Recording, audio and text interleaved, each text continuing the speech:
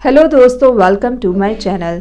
दोस्तों, अपने इस वीडियो को स्टार्ट करने से पहले मैं नए आने वाले यूज़र से ये रिक्वेस्ट करूंगी कि वो हमारे चैनल को सब्सक्राइब करके जल्दी से बेल आइकन के बटन को प्रेस कर दें। आज का मेरा टोटका स्पेशली उन लोगों के लिए है जिन लोगों को खाना हजम नहीं होता, वॉमिट हो जाती है या उनको बहुत सी प्रॉब्लम ऐसी आती है जिसकी वजह से उनका खाना हजम नहीं हो रहा होता।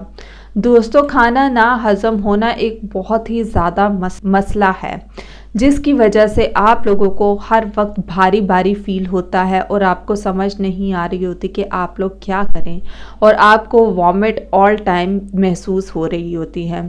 तो दोस्तों, आपको चाहिए कि आप सुबह निहार पेट इसबगोल का छिलका 1 चम्मच पानी में मिलाकर वो पिएं।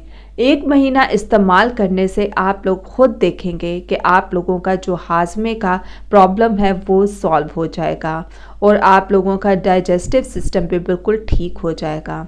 दोस्तों, ये थे आज के हमारे बेनिफिट्स और टिप्स। सो मज़ीद वीडियोस के लिए हमारे चैनल को सब्सक्राइब करके आप लोग जल्दी से बेल आइकॉन के बटन को प्रेस कर दें।